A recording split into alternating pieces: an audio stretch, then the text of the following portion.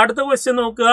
Question number 16 ചോദ്യം വന്നിട്ടുള്ളത് organic കെമിസ്ട്രിയിലെ amines എന്ന് പറയുന്ന ചാപ്റ്ററിൽ അമീൻസിന്റെ കെമിക്കൽ പ്രോപ്പർട്ടീസ് ബേസ് ചെയ്തിട്ടുള്ള ഒരു ക്വസ്റ്റ്യൻ ആണ് വന്നിരിക്കുന്നത്. സോ നോക്കുക, A is A neutral organic compound. അതിന്റെ മോളിക്കുലർ ഫോർമുല C8H9ON തന്നിട്ടുണ്ട്. On treatment with aqueous Br2HO. അപ്പോൾ നമ്മൾ ഓപ്ഷൻസ് നോക്കുമ്പോൾ ഇതെല്ലാം എമൈഡ് ആണ്.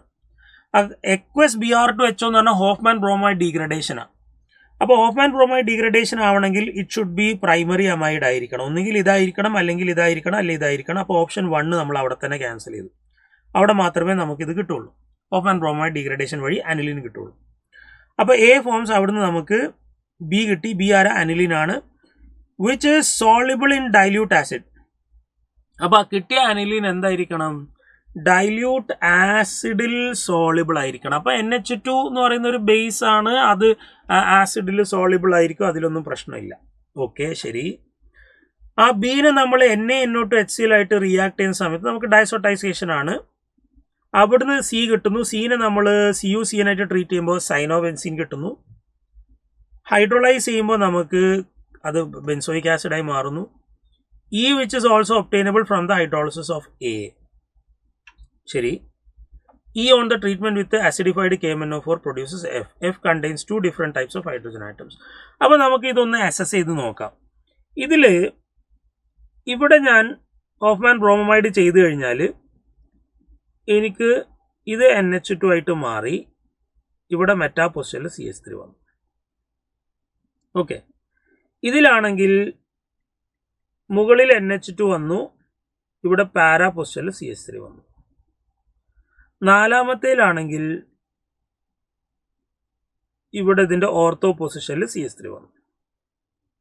ഇതിൽ ഈ 3 എണ്ണത്തിൽ ഏറ്റവും നല്ല ബേസ് ഏതാണെന്ന് ആദ്യം കണ്ടുപിടിച്ച നമ്മുടെ ആൻസർ ആയി ശരിക്കും പറഞ്ഞാൽ. നമ്മൾ നോക്കുക, ഈ മെറ്റാ പൊസിഷനിലെ CH3 വരുന്ന ഈ ബേസ് ഇവിടെ ഇവൻ നന്നായിട്ട് ലോക്കലൈസ്ഡ് ആണ്,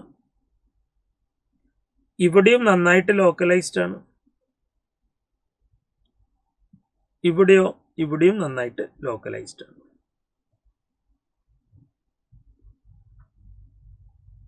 ഓക്കെ, ഇനി അടുത്തത് നമ്മൾ നോക്കുന്നത് എന്താണ്? അതിൻ്റെ ബേസിക് ക്യാരക്ടർ ഇതിൽ ഏറ്റവും ഹൈ ആർക്കാ എന്ന് നമുക്കൊന്ന് നോക്കാം.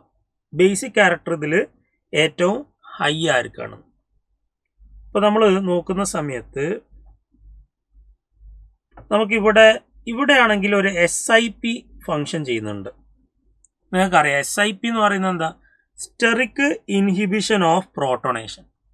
അപ്പോൾ സ്റ്റെറിക് ഇൻഹിബിഷൻ ഓഫ് പ്രോട്ടോണേഷൻ ആയതുകൊണ്ട് ഇതിൻ്റെ ആസിഡിക് സ്ട്രെങ്ത് കുറവാണ്, ആസിഡിക് സ്ട്രെങ്ത് കുറയും അല്ലെ? Ortho effect. അപ്പോൾ ഇവനെ നമ്മൾ ഒഴിവാക്കി. കാരണം നമ്മളിവിടെ പറഞ്ഞിട്ടുണ്ട് which soluble in dilute acid എന്ന് വെച്ചാൽ ആസിഡായിട്ട് റിയാക്ട് ചെയ്യണം, അഥവാ നല്ല ബേസിക് ക്യാരക്ടർ ഉണ്ടാവണം. ഇവന്റെ basic character is decided by the plus I effect of methyl group. ഇവന്റെ basic character is decided by the plus H effect. അപ്പോൾ ഏറ്റവും സ്ട്രോങ്ങർ ഇഫക്റ്റ് ഏതാ? Plus H. ആൻസർ 3 ആണ്. സോ ഏറ്റവും നല്ല ബേസ് എന്ന് പറയുന്നത് ഇതിൽ 3 ആണ്. ഇനി നമുക്ക് അവിടുന്ന് 3 ഇനി മുന്നോട്ട് പോവാം. ഇത് NH2 CH3. അടുത്ത എന്താ? ഡൈസോട്ടൈസേഷൻ. ഡൈസോട്ടൈസേഷൻ ചെയ്യുമ്പോൾ N2+Cl-. ഇനി നെക്സ്റ്റ് എന്താ? അതിനെ നിങ്ങൾ കോപ്പർ സയനൈഡ് വെച്ച് ട്രീറ്റ് ചെയ്യുമ്പോൾ CnCH3. ഇനി ഇതിനെ ഹൈഡ്രോളൈസ് ചെയ്യുമ്പോൾ എന്തായി? COH CH3. ഓക്കെ, ഇനി ലാസ്റ്റ് പറയുന്നത് E on treatment with acidified KMNO4. Acidified KMNO4 ആകുമ്പോൾ മുകളിലും താഴെയും COH. ഇനി അടുത്തത് E which is also obtainable from hydrolysis of A. എയിൽ നിന്ന് തന്നെ ഡയറക്റ്റ്ലി നമുക്ക് E കിട്ടുന്ന ഇതാണ് നമ്മുടെ E. ഈ E നമുക്ക് എയിൽ നിന്ന് തന്നെ കിട്ടും. A എന്ന് പറയുന്നത് നമ്മൾ ഇവനെ എടുത്ത് അവനെ ജസ്റ്റ് ഒന്ന് ഹൈഡ്രോളൈസ് ചെയ്ത് നോക്കാം. ഇവിടെ CH3, ഇവിടെ CONH2. നിങ്ങൾക്കറിയാം CONH2നെ ഹൈഡ്രോളൈസ് ചെയ്താൽ നമുക്ക് എന്താ കിട്ടുക?